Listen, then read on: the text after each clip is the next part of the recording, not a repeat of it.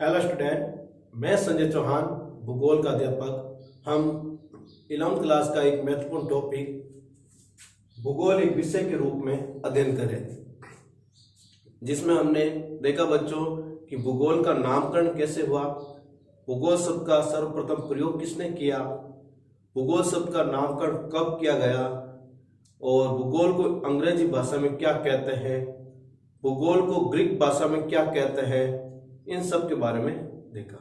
और हमने देखा कि भूगोल परिचय के अंदर भूगोल से संबंधित बहुत सारे विषय आते हैं, जैसे भौमिकी विज्ञान, मृदा विज्ञान, मौसम विज्ञान। इसके अलावा सामाजिक विज्ञान के बहुत सारे विषय जैसे अर्थशास्त्र, इतिहास और इसके अलावा पॉलिटिकल, समाजशास्त्र, इस तरह के विषय जुड़े हुए हैं जो भूगोल को एक विषय के रूप में उसका अध्ययन करवाते हैं।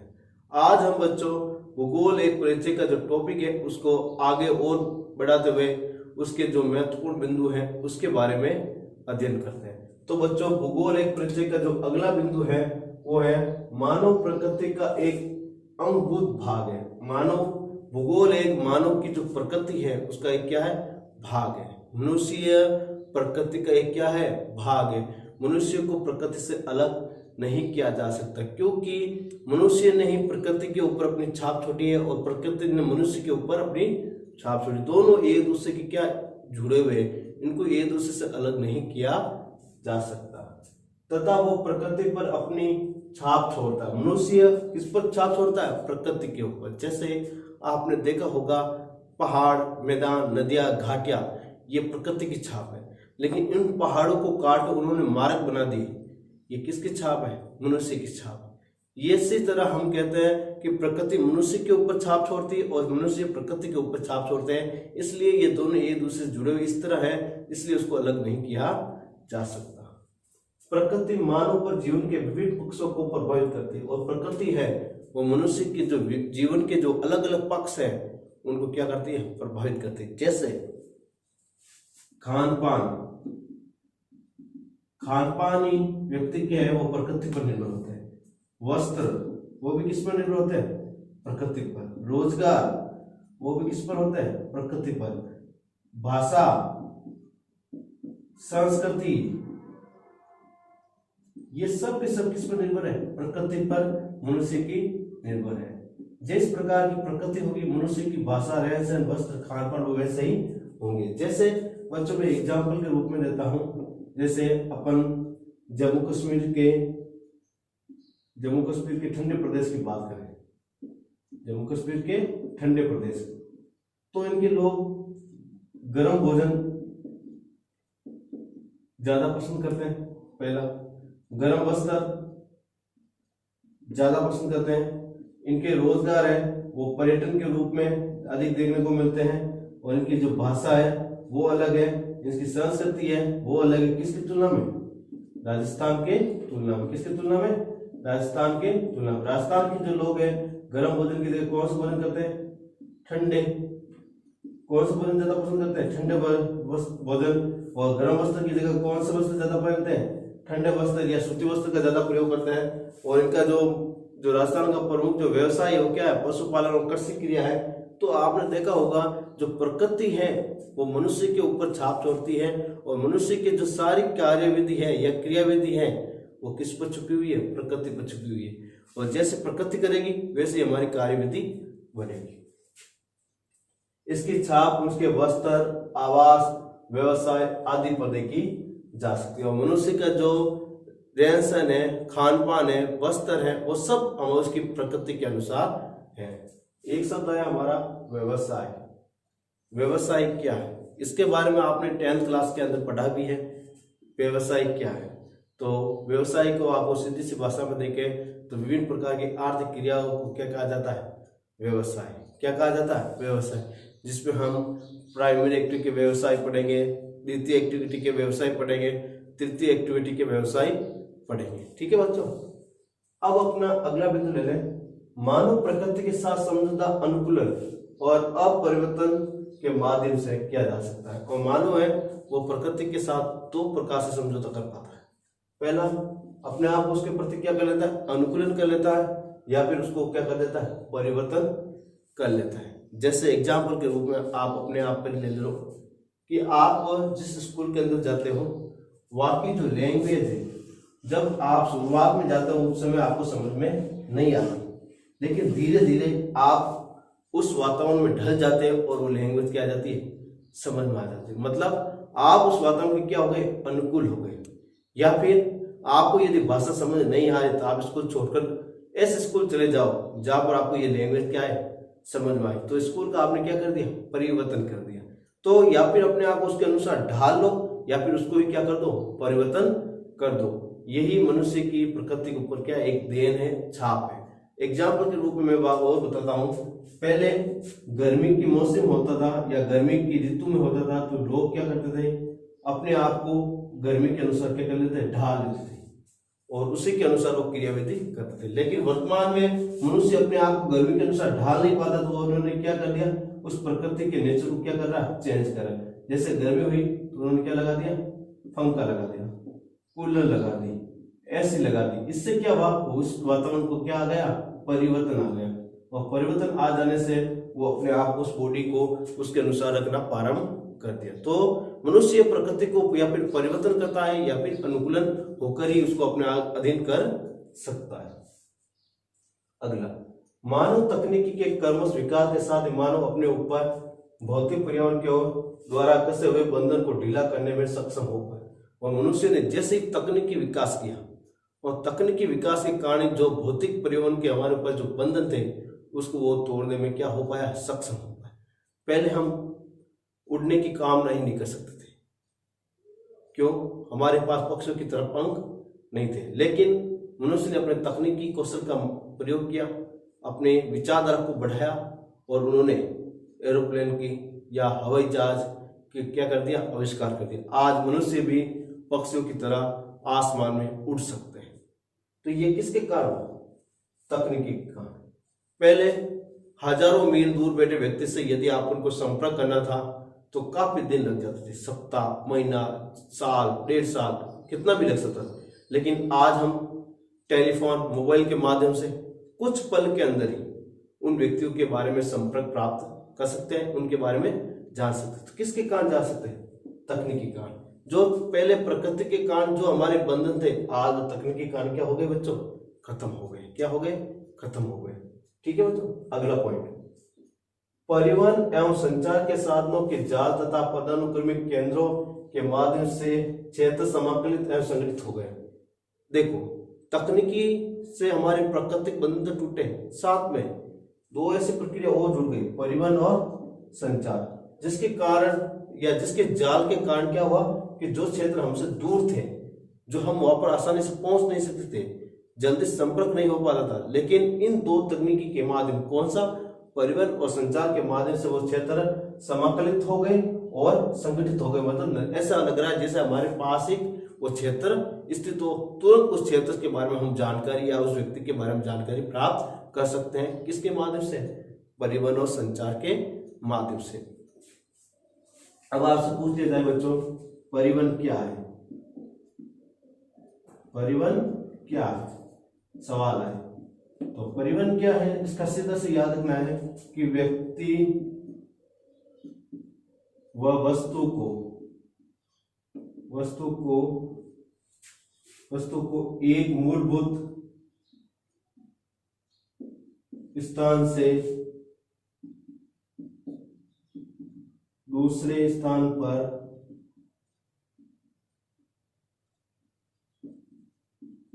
आवागमन करना,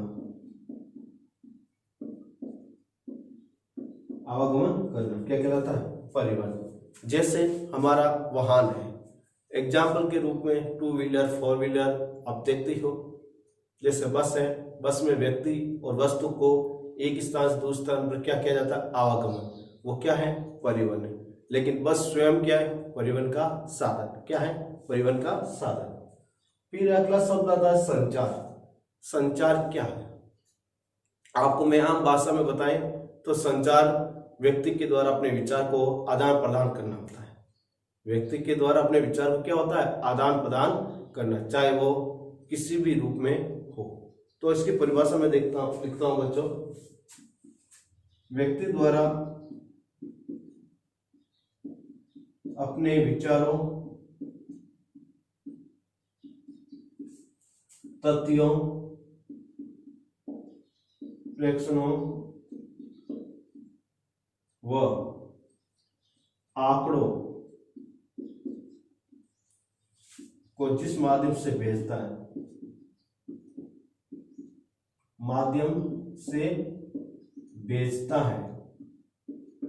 उसे क्या कहते हैं बच्चों? संचार। उसे क्या कहा जाता है? संचार कहा जाता है। तो इस तरह बच्चों आपको संचार की परिभाषा मिल गई कि संचार होता क्या। तो व्यक्ति द्वारा अपने विचारों, तथ्यों, प्रेक्षणों और आंकड़ों को जिस माध्यम से भेजता है उसी को हम क्या कहते हैं? संचार। क्या कहते हैं? संचार कहा जाता है। ठीक है बच्चों, अब हम अगला बिंदु लेते हैं।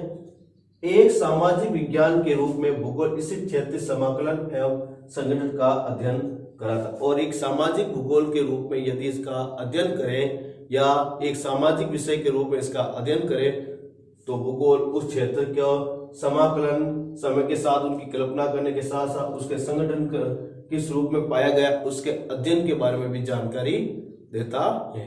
तो आपने देखा बच्चों कि भूगोल एक परिचय के अंदर भूगोल की नामकरण किया, क्या भूगोल का नामकरण किसने किया था, भूगोल का नामकरण कब हुआ था, भूगोल शब्द का नामकरण करने वाले व्यक्ति कौन थे, ये सारे भूगोल एक परिचय के अंदर आपने पढ़ा है। और इसके साथ भूगोल किस तरह अन्य विषय के साथ जुड़ा हुआ है और भूगोल किस तरह आज और पहले की तुलना में उन्नति की है, उन सब के बारे में पढ़ा। और अब हमारा जो टॉपिक है, एक वैज्ञानिक विषय के रूप में भूगोल के 3 वर्गीकृत पसंद। अब एक वैज्ञानिक विषय के रूप में भूगोल आपको पता है एक वैज्ञानिक विषय है जिसमें सिद्धांत जुड़े होते हैं। क्या जुड़े होते हैं? सिद्धांत। और इन 3 सिद्धांतों के आधार पर या 3 पसंद ऐसे हैं जिसके आधार पर विज्ञान भूगोल को एक वैज्ञानिक विषय के रूप में इसको दर्जा मिला है। तो बच्चों पहला क्या सवाल है? कुछ प्रश्न धरातल पर पाए जाने वाले प्राकृतिक एवं सांस्कृतिक विशेषताओं के प्रतिरूप की पहचान से जुड़े होते हैं, जो क्या प्रश्न के उत्तर देते हैं। देखो बच्चों इसमें क्या कहा गया है कि जो पहला प्रश्न है जो किसका उत्तर देता है? क्या का। किसका उत्तर देता है? क्या। जो प्रकृति के अंदर पाए जाने वाले प्राकृतिक और सांस्कृतिक जो प्रतिरूप है उसकी विशेषता को जानकारी देता है। जैसे पर्वत क्या है, मैदान क्या है, रीति रिवाज क्या है, संस्कृति क्या है। ठीक है, तो आपसे मुझे पूछा जाए पठार क्या है तो सीधा सा सवाल आपके सामने आ गया। तो ये पठार क्या है? प्राकृतिक भौतिक कारक है, उनकी विशेषता को प्रतिरूप को बताता है। तो पठार क्या है सवाल आ जाए तो सीधा क्या है? समुद्र तल से ऊपर उठे भूभाग जो शीर्ष से समतल हो, क्या कहलाता है? पठार कहलाता है। तो किसका उत्तर आ गया? क्या कहा। या फिर पर्वत क्या है, मैदान क्या है, घाटियां क्या है, जिसमें सवाल के अंदर क्या का उत्तर आता है वो कौन सा हुआ? प्रथम प्रश्न। कौन सा हुआ? प्रथम प्रश्न, जो भौतिक को और सांस्कृतिक जो प्रतिरूप है उसकी विशेषता बताते हैं। तो आपको मालूम चल गया है क्या एक नया प्रश्न प्रकट करता है। जैसे एग्जाम्पल के रूप में मैं आपको सांस्कृतिक प्रतिरूप के बारे में बताऊं तो उदाहरण के रूप में मैं दे रहा हूं। जैसे बस्ती क्या है? बस्ती क्या है? तो बस्ती का मतलब सीधा हुआ 8-10 घरों के समूह को क्या कहते हैं? बस्ती।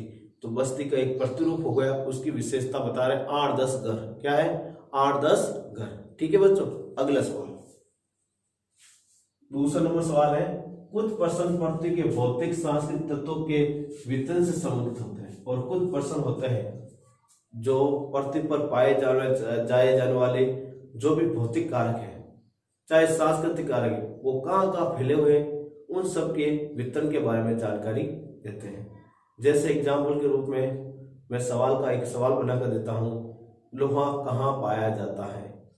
कहाँ का मतलब होता है वितरण, जो कहाँ प्रश्न के संबंध में होते हैं।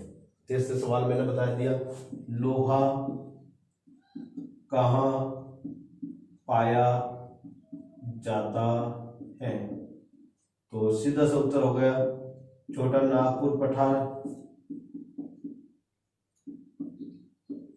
कर्नाटक पठार,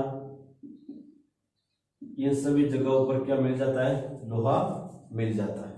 फिर सवाल आ जाए कि भारत के किस राज्य के अंदर सबसे ज्यादा अभ्रक पाया जाता है, कहाँ पाया, भारत में सबसे ज्यादा अभ्रक कहाँ पाया जाता है, ये सब क्या है, कहाँ का उत्तर देते हैं। या फिर सांस्कृतिक तत्वों को पूछ ले जाए, मेहरानगढ़ किला कहाँ है, मेहरानगढ़ किला कहाँ है, तो कहाँ पर है बच्चों, जोधपुर में है।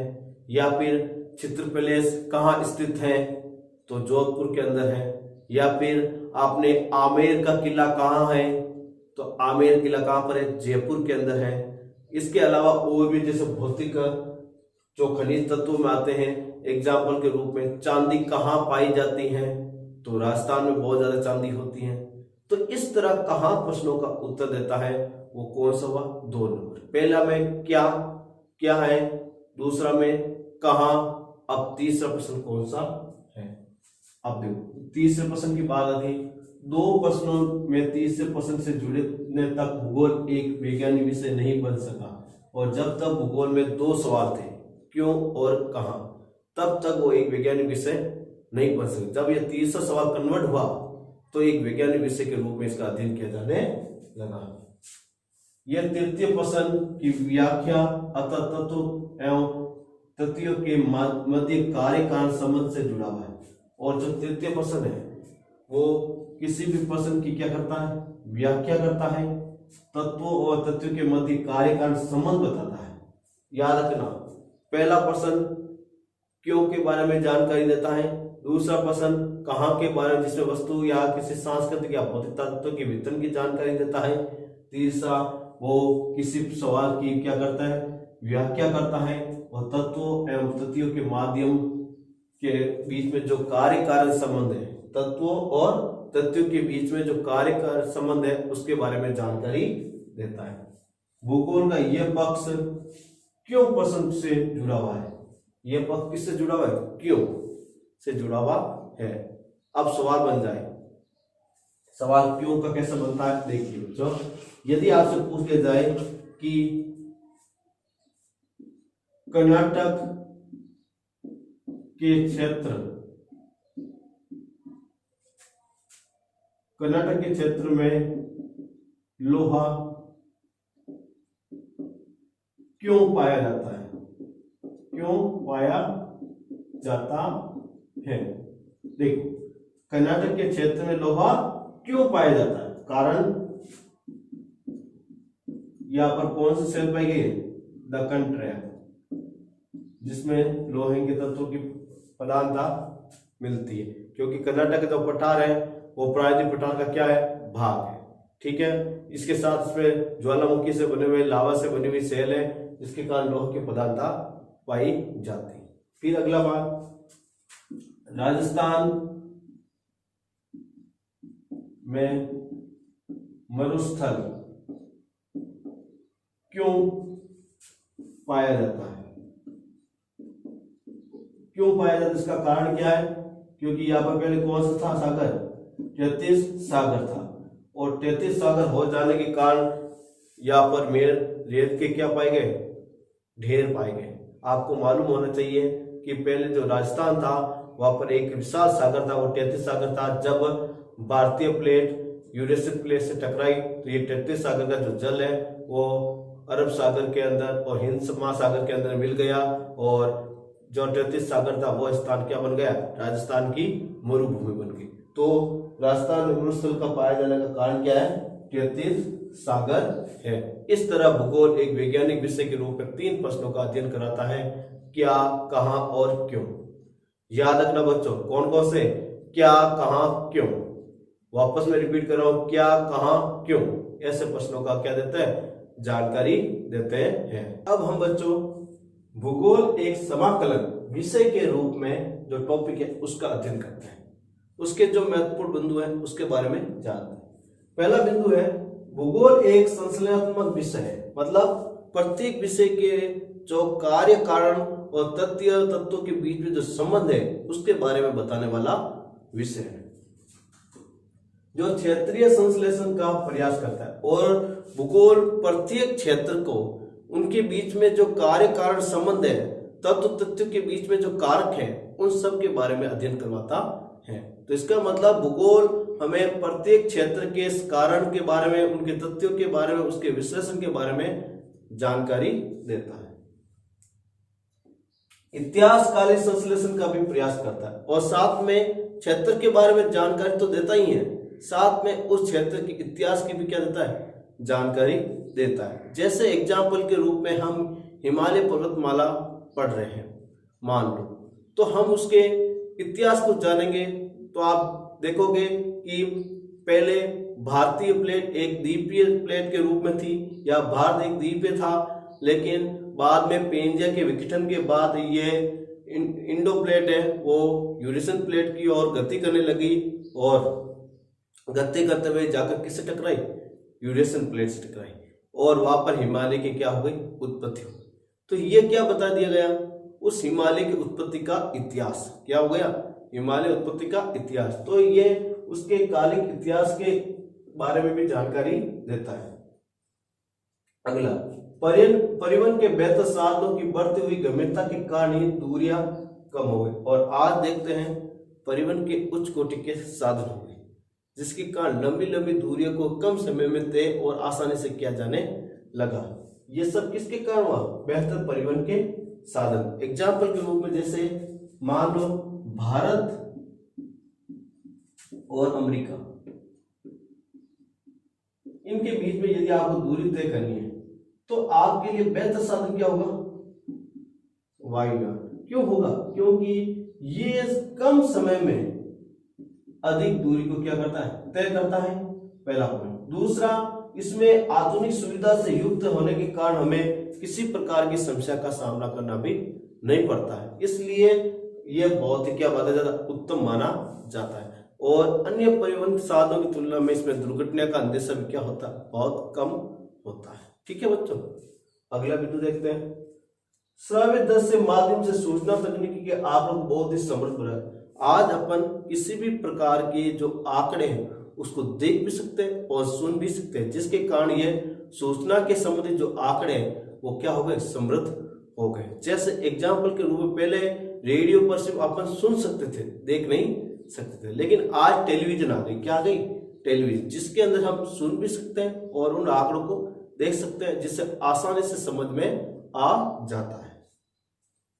अगला बिंदु, तकनीकी ने प्राकृतिक तथ्य और आर्थिक एवं सामाजिक प्राचलन के निरीक्षण एवं परीक्षण के बेहतर अवसर प्रदान किए, और तकनीकी के कारण हम जो प्राकृतिक तथ्य है, जैसे पहाड़ है, मैदान है, पठार है, घाटियां है, उन सब के जो आर्थिक महत्व क्या है, सामाजिक महत्व क्या है, उन सबको अच्छी तरह से समझने में हमारी क्या की है, सहायता की है। अब आर्थिक महत्व, जैसे कौन सा खनिज किस उद्योग में काम आ सकता है, इसका बेनिफिट क्या है, इसके और कौन कौन से फायदे हो सकते हैं, ये सब हम किसके कारण जान पाए, उस तकनीकी के कारण। आज आपको पता ही है जमीन के अंदर पेट्रोल है, हमें कैसे पता चला, तो उसका एक ही साधन है, तकनीकी।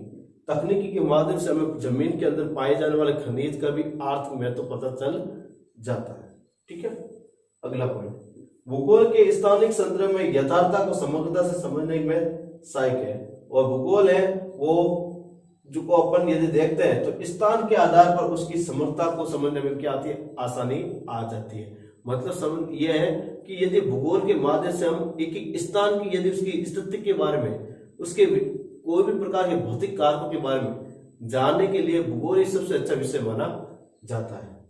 अतः भूगोल में न केवल एक स्थान से दूसरे स्थान के तथ्यों की भिन्नता पर ध्यान दिया जाता है, और भूगोल में एक तथ्य से दूसरे तथ्य में क्या अंतर है, क्या कारण है, इन दोनों में कार्य कारण संबंध क्या है, इन सब के बारे में उसकी जानकारी देता है। अगला बिंदु देखते हैं, भूगोल एक ऐतिहासिक घटना को प्रभावित करता है। भूगोल कैसे ऐतिहासिक घटना को क्या करता है, प्रभावित करता है। जैसे एग्जाम्पल के रूप में आज जो हिमालय है उसका क्या हो जाता है, भूस्खलन होकर वो समाप्त हो जाए, तो उसका क्या होगा, भूस्खलन के कारण समाप्त हो जाए, जो इतिहास है उसको क्या कर देती है, प्रभावित कर देता है। स्थानीय दूरी स्वयं विश्व के इतिहास की दिशा में परिवर्तन करने के लिए एक प्रभावशाली है, और जो स्थानिक दूरी है वो स्वयं में ही विश्व के जो इतिहास है उसको बदलने में क्या होती है, सक्षम होती है। अगला बिंदु, क्षेत्रीय विस्तार लड़ाई के दौरान विशेषकर 25 शताब्दी से कई देशों के लिए सुरक्षा का साधन बना, और आज क्षेत्रीय विस्तार है वो कई देशों की सुरक्षा का क्या बना, साधन बना। देखो साम्राज्यवाद की नीति कौन अपना रहा है, चीन बना है, जो अपने क्षेत्र का विस्तार करके अपनी सुरक्षा को बढ़ाने की कोशिश कर रहा है। तो क्षेत्रवाद की विशेषता भी हमें उसको सुरक्षा प्रदान करता है। परंपरागत युद्ध में बड़े आकार वाले देशों ने अधिक स्थान छोड़कर समय का लाभ प्राप्त किया, और परंपरागत युद्ध के अंदर जो बड़े क्षेत्रफल वाले जो देश थे उन्होंने उस समय का लाभ उठाया और उन्होंने बड़े क्षेत्र पर अपना अधिकार जमा लिया। अगला बिंदु, नए विश्व ने देश के चारों ओर विस्तृत नए विश्व के देशों के चारों ओर विस्तृत समुद्र द्वारा प्रदत्त सुरक्षा कवच उन्हें उनकी मिट्टी पर युद्ध करने से बचाना। और आज के विश्व के अंदर देखते हैं जो समुद्र है वो उस देश के अंदर युद्ध होने की घटना को क्या करता है, रोकता है और उसकी सुरक्षा हो जाता है। जैसे भारत के दक्षिण हिस्सा को देखिए, यहाँ पर क्या पूर्ण रूप से चल है, जिससे यहाँ से युद्ध करने में या युद्ध कराने के लिए जो उपकरण चाहिए वो यहाँ तक पहुंचने में क्या होती है, उनको आसानी नहीं हो पाती। और यहाँ पर ऑलरेडी हम भारत के अंदर जो नौसैनिक लगे होते हैं जो इनको यहाँ पहुंचने नहीं देते, जिससे भारतीय जमीन पर युद्ध करना क्या हो जाएगा, मुश्किल हो जाए। इस तरह समुद्र है वो भारतीय जमीन की सुरक्षा के लिए कवच के रूप में रक्षा करता है। और उत्तर के अंदर हमारा जो हिमालय पर्वत श्रृंखला है वो भी हमारे देश की रक्षा में क्या देता है, एक महत्वपूर्ण योगदान देता है।